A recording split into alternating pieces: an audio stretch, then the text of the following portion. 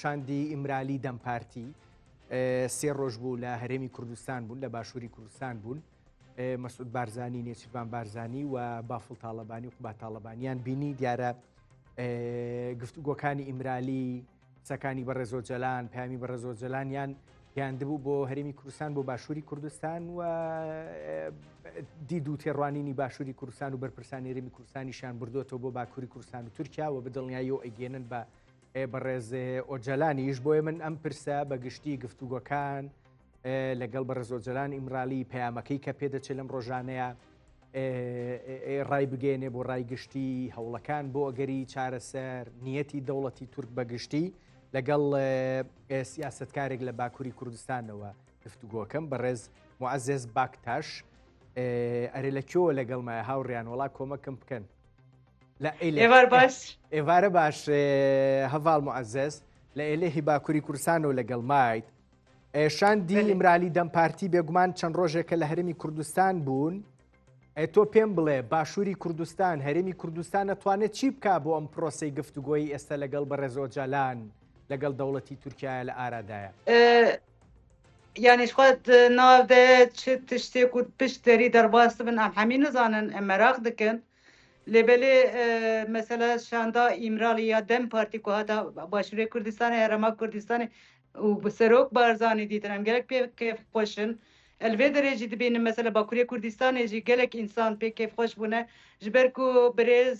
Mesud Barzanî rêberekî mezin dibînin mezinekî Kurda dibînin ji ber wê nake yani ev tiştekî gelek xweş çêbû ku îmralê jî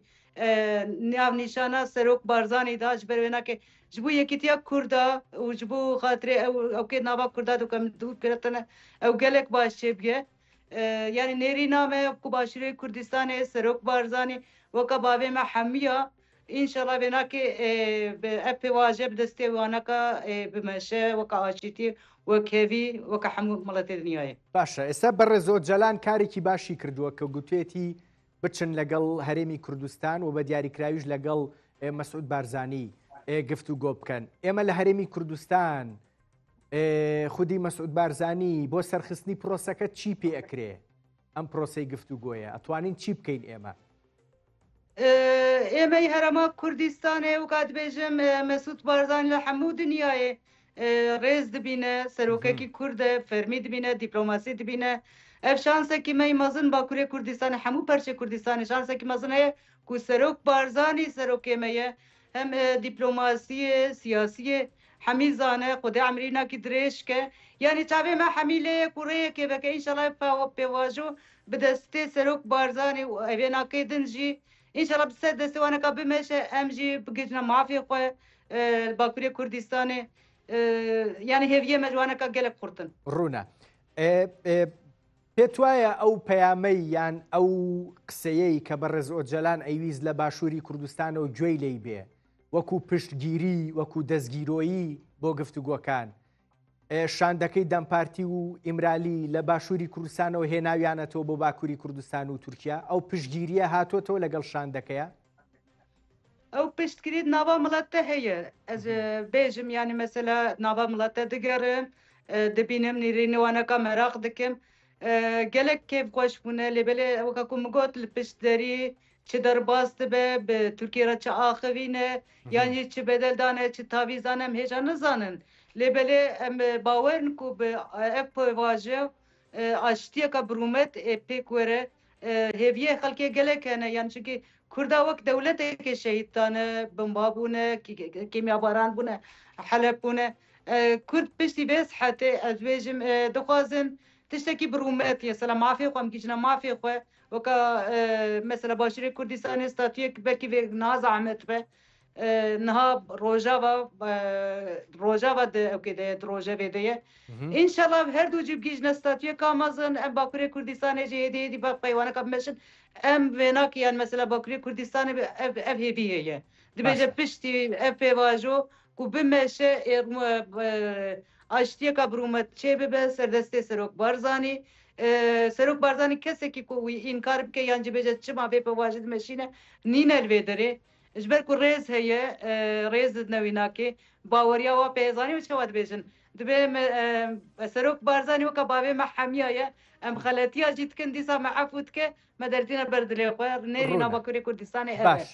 باش تۆوتت لە باکووری کوردستان خەڵک ڕاستیەکەی بە جۆرێک لە ئومێدەوە بە گەشتبینیەوە لە پرۆسەکە ئەڕوانن لەبارەی مێژم دەی باش فەرموو ببورين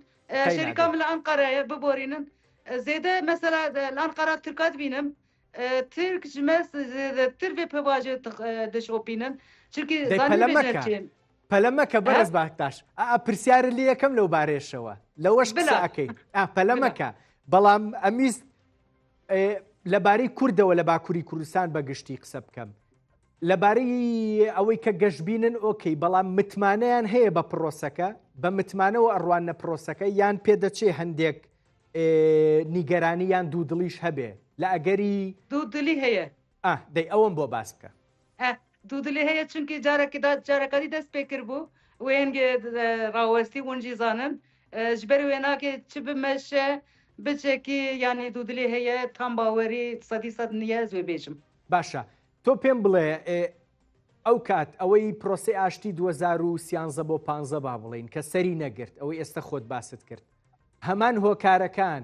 ماون بۆی ئەم پرۆسێش سەرنەگرێ یان نە ڕاستیەکەی دەرفەتەکان زیاترن بۆی ئەم پرۆسەیە بچێتە شوێنی خۆی یا berêjî mesela me dişopand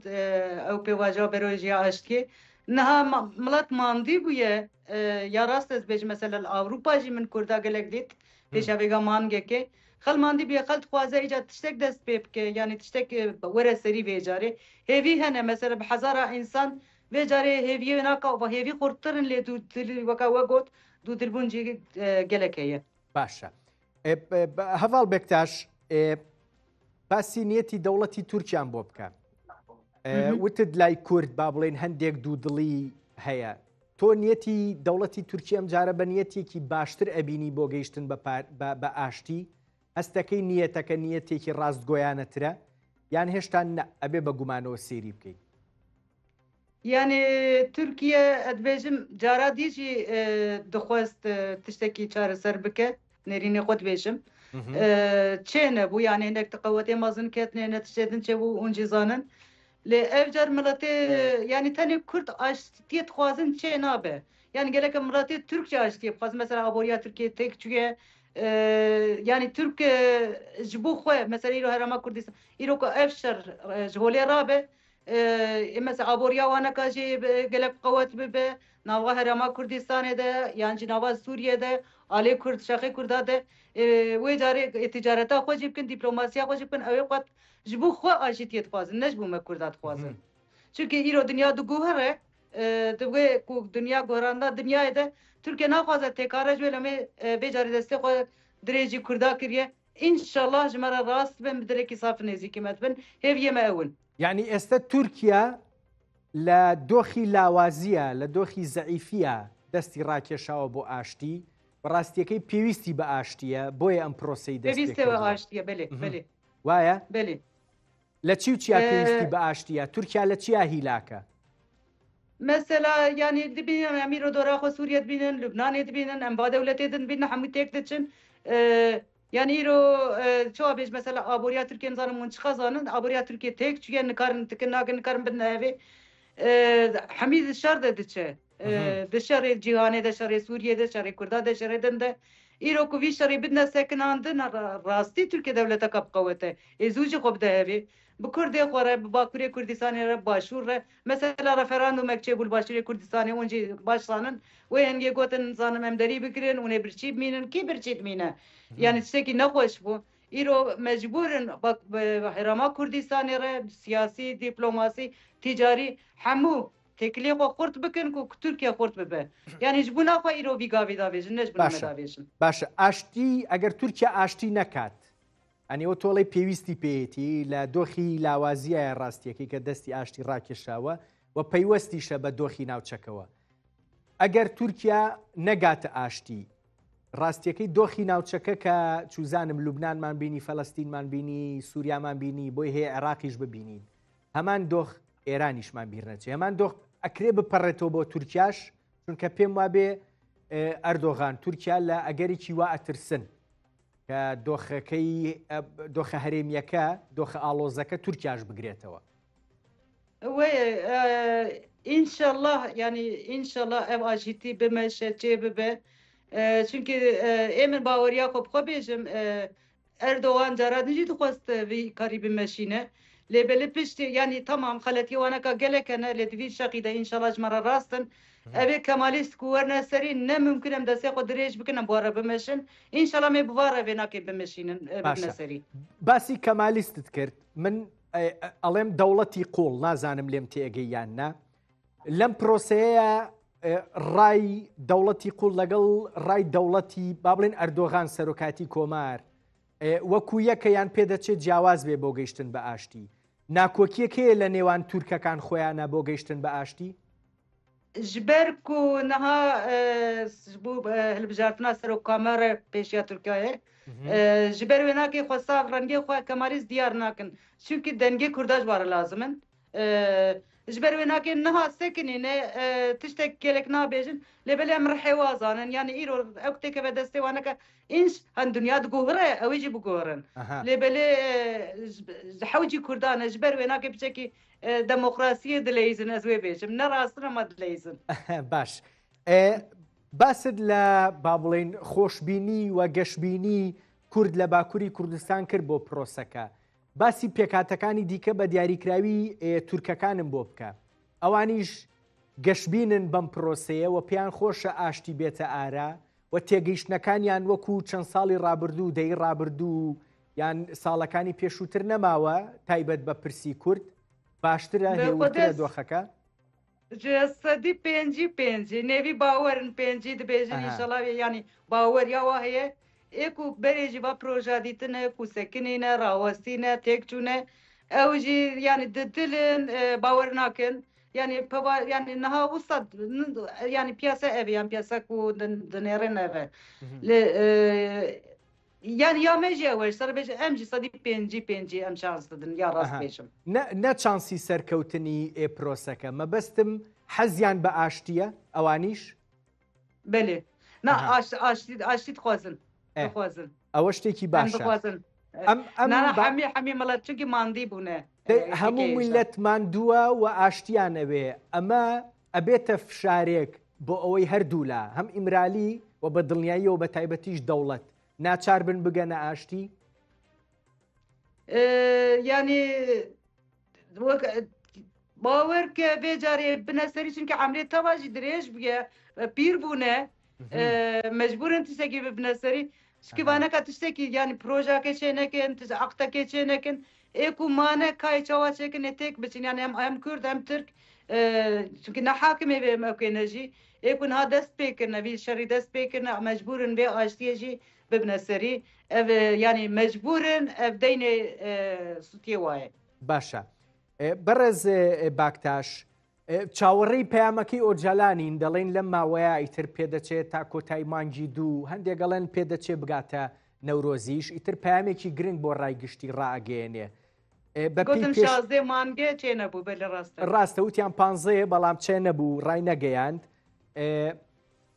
پەیامەکەی ئۆجەلان بە تێگەیشتنی ئێوە و ئەوەی کە قسەت لەگەڵ هەڤاڵەکان تا کردبێ گفتوگۆتان کردبێ پێدەچێت چی تیا بێ پەیامەکەی ئۆجالان نزانم ئەمە زنێری ناخۆ بێ بێژم کە هێژە ینی مڵەت سیاست مەدارە نابێژم لێ مڵەت کرێداوینە چ بێژە باوەریاواش پێ هەیە ئەس بخۆ نەدەم پارتی منە ئۆجالانم ئەما مەریا ڕاستی بێژە حەقتە سمیل بکە مڵەت کرێداوینە بیاوی بکەن ئەما نە ئەم نەدەستێ مڵەتەیە نەدەستێ گەلدەیە دەستێ سیاست مەدارا دەیە ئەوێ کویرۆ سەرناوێ کووردا سیاسەتێت مەشینن باوەریا من ئەوە وی ناشکینن ینی ڕێ کودانە بەروانەکە ناوا هەفدە بەئاخڤن مطلقی باخفن سەدی سەدە و ئیمرالیژی و قاندیلجی سەدی سەدێ باخفن تشتێک باوەڕ ناکمووی بشکن نێبیاوی بکن ئەس وێ باوەرم باشە پێچێ بەڕێز ئۆجەلان هەندێک خاڵی دیاریکرا و وەکو گەیشتن بە ئاشتی و وەکو گەیشتن بە چارەسەری پرسی کوردیش دیاری بکە جا ئەم خاڵانە پێدەچێ هەندێکی بۆ پەرلەمان بێ بۆ پەرلەمانی تورکیا ئەگەری گۆڕینی هەندێک مادەی دەستور پرۆسەکە ئەگاتە ئەمانە بۆی هەیە هەندێک خاڵی دەستور بگۆڕێ بۆی ماف بدرێ بە کورد نا باوەڕ ناکمیانی هاره به پارلمانتر یعنی چی ما به پارلمانتر او نه تشتکی مهمه جی او ناکه ته گوتن اما او ناکه نه راستیاوی هیه نه اوره هیه نه جی باور نکم او انسان جی بخوازه هاره به پارلمانتر نه از وی ناکه باور نکم تشتکی سانینه یعنی نه پێم وابێ لە پرسیارەکە بە تاواتی تێنەگەیشتی بەڕێزۆ جەلان داوای هەندێک ڕێکاری یاساییەکە گۆڕینی دەستور بۆی هەندێک ماف بدرێ بە کورد پرسی کوردی پێچارە سەر بکرێ لە تورکایە ئەمە ئەکرێ دەستورە گۆڕێ بۆی هەندێک مافی کورد بەدی بێت مجبوره يعني هنا ما في كرد تكرنا دستي ويناك حتى نكون يعني دستي ويجي بقوات ببه مجبوره اوانا كجي هي بيه مهنك واوانا كا بوي هي غوران كاريكان چی بيوي كلا دستورای كان چی غورن مثلا ما في كرداوند بيجن مثلا زمانه كردي بيجن پروردا زمانه كردي ايرو باكوري كردستان حتى ناوي كبري مجي غوران ده بتركي كرنا يعني هنا تشتي مثلا ديمقراطية وانا قد بيجن يا ما في مروبان وانا كاش خورنا سري بسكري كدن جي چاره سر دبن پیشیا بگا مثلا 20 سال بریکو ایرو گوتانا تلویزیونا کا کردیه یا ابن علا کردستان ده اونه باخفنج مرا خون بو يعني وانا کا هدي مرحله قوناق جدبن دروجه كده تعازات نبي روجه كده كار دولتي اباب کی تو بدل دي قدمت مجبوری پیواری روجه که زمانه یدن مثلا چی بجن özerklik و kahraman کردستان یانجه زیادتر یانجه کمتر اوانا کا مرحله اچ بن بجيب بن روجه كده چنا بنتج بوی هەیە بەڕێز ینی کاتم کەم ماوە بەڵام بۆی هەیە بگەینە ئەگەری ئازادکردنی بەڕێز ئۆجالان یان هیچ نەبێ باشترکردنی ڕەوشی زیندانیەکەی یعنی ئیرۆ وێناکێ دەست پێ بکەن مەجبورن ڕەوشاویناکی باشتر بکەن ji bo xatir ku biaxibe ji bo xatir ku vîkarî bimeşîne mecbûrin yanî îro ciyekî din jê re çêkin yanî mizanim li ku derê çêtkin malê xaniye nizanim ama mecbûrin piçekê azadiya wînakî jî ئەوە کەی ئەبێ بەڕێز باکتاش بۆی هەیە بەم نزیکانە بێت yanî nêzik dûr nabe nêzik ez bawerim دێتە پەرلەمان پەیامێکی دیاریکرااو بە ئەوان زۆریان پێخۆشە باخچەلی حەزەکە ئەڵێ وەرە پەرلەمان و وتاری خۆ بە و باسی چەکدانانیش بکە لەوێەوە پێت وایە ئەم گوتارە لە پەرلەمانەوە ئەبێت باخچەلی مەسەلام هەمی شۆق بوونەوە ساوەختی و گوت سلااف جێڕەشان بردەوت باخچەلی ئیرۆ دنیای دخونە ینی ji ber wê nakê baneka vatişta got dixwaze vê pirsgirêk ku çareser bikin ev pirsgirêka ku nava Kurda de nava Tirkiye de ku çareser bibe zane bi wê rê çareser dibe ji ber wê nakê wê axaftinê kir rast jî kir yani bira were parlamentoda xeber de belkî bidin axaftin nizanim yani îro pavaja Tirkiye û prosedûrê Tirkiye sistema Tirkiye çawa yani karin rojekê de derxin parlamentora de meclisa Tirkiye de baxibe jî yani îro zanbin ku ji ware kare vî kariyê bimeşînin ê derxin jî miletê Tirka jî bawer nakin yani sa tiştekî mezin bêjin çunkî ewana biya dewleta xwe dikin çunkî dewleta xwe bawerin زۆر ڕوونە ینی ئەوەی دیارە ئەوەیە کە ڕەوشی ئۆجەلان باشەکرێ جا لە زیندان دێت مەجبورن باش بکن مەجبورن تەواوە وازدەست بێکتاش باکتاش سیاسەتکار لە باکووری کوردستانەوە ez karmendim caran siyasetim weka hemû Kurda ez karmendim normalde ama weka Kurda em bêdewletin bêaxin bê ziman ji mecburî em siyasetê alaqadar dibin بەدڵنیایی سپاس دەکەم لە ئێلیهی باکووری gelek spas êvar baş tila rêzê min hene ێوار باش بدوعە